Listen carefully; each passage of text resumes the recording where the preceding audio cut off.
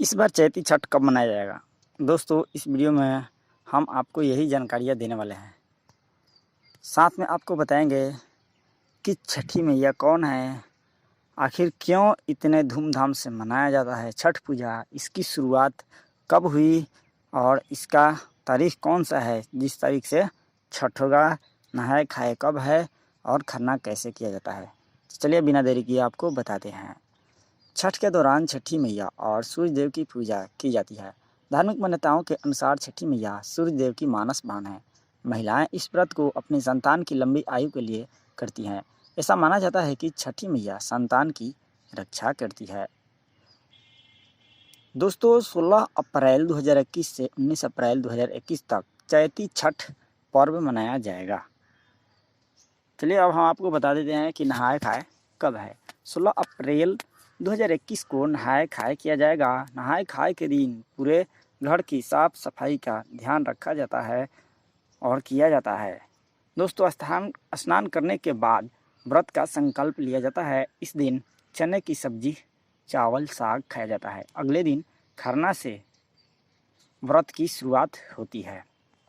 चलिए अब हम आपको बताते हैं कि खरना क्या है और कब है। खरना 17 अप्रैल 2021 शनिवार को किया जाएगा। इस दिन महिलाएं पूरे दिन व्रत रखती हैं और शाम को मिट्टी के चूल्हे पर गुड़ वाली खीर का प्रसाद बनाती है और फिर सूर्य देव की पूजा करने के बाद यह प्रसाद ग्रहण किया जाता है। इसके बाद व्रत का पारना छठ के समापन के बाद किया जाता है। षष्ठी तिथि पर सूर्य को दिया जाता है अर्घ्य। दोस्तों, षष्ठी तिथि पर शाम के समय महिलाएं नदी या तालाब में खड़ी होकर सूर्य देव को अर्घ्य देती है। इस साल 18 अप्रैल 2021 रविवार को षष्ठी तिथि पर रही है। दोस्तों, चलिए अब हम आपको बताते हैं चैती छठ पर्व का समापन कब है। सप्तमी तिथि को चैती छठ का समापन होगा। इस साल 19 अप्रैल सोमवार को इस महापर्व का समापन किया जाएगा। इस दिन महिलाएं सूर्योदय से पहले ही नदी या तालाब के पानी में उतर जाती है और सूर्य देव से प्रार्थना करती है। इसके बाद उगते सूर्य देव को अर्घ्य देने के बाद पूजा का समापन किया जाता है। छठ पूजा क्यों मनाया जाता है? जहाँ दोस्तों, अब हम आपको ये जानकारियाँ देने वाले हैं कि आखिर छठ पूजा क्यों मनाया जाता है। छठ पर्व की शुरुआत कैसे हुआ, इसके पीछे कई ऐतिहासिक कहानियाँ प्रचलित है। पुराण में छठ पूजा के पीछे की कहानी है राजा प्रियवंद को लेकर है।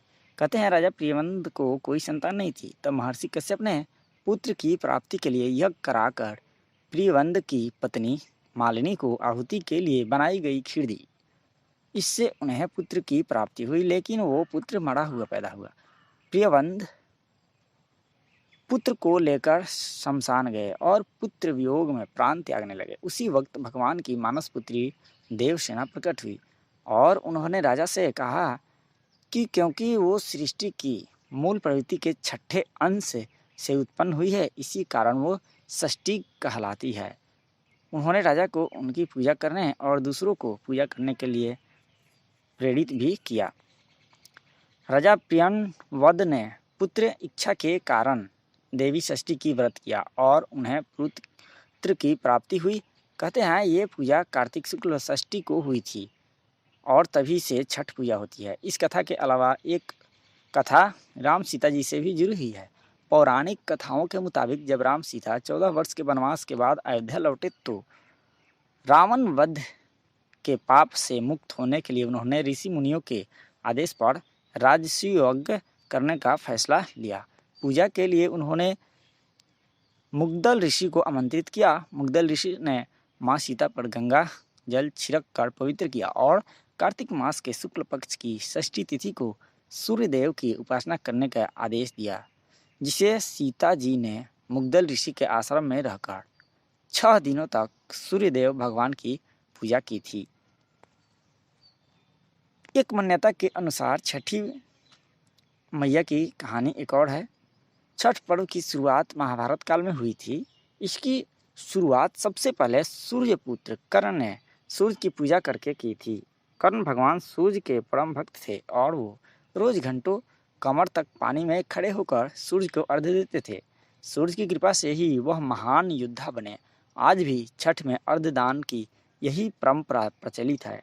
छठ पर्व के बारे में एक कथा और भी है। इस कथा के मुताबिक जब पांडव अपना सारा राजपाट जुए में हार गए, तब द्रौपदी ने छठ व्रत रखा था। इस व्रत से उनकी मनोकामना पूर्ण हुई थी और पांडवों को अपना राजपाट वापस मिल गया था। लोक परंपरा के मुताबिक सूर्यदेव और छठी मैया का संबंध भाई बहन का है, इसलिए छठ के मौके पर सूर्य की आराधना फलदायी मानी गई है। तो दोस्तों, ये था छठ पूजा के विषय में कुछ बातें। आपको यह जानकारियाँ कैसी लगी, आप हमें कमेंट बॉक्स में ज़रूर बताएं। और आपने इस चैनल को अभी तक सब्सक्राइब नहीं किया है तो सब्सक्राइब ज़रूर कर लें। धन्यवाद।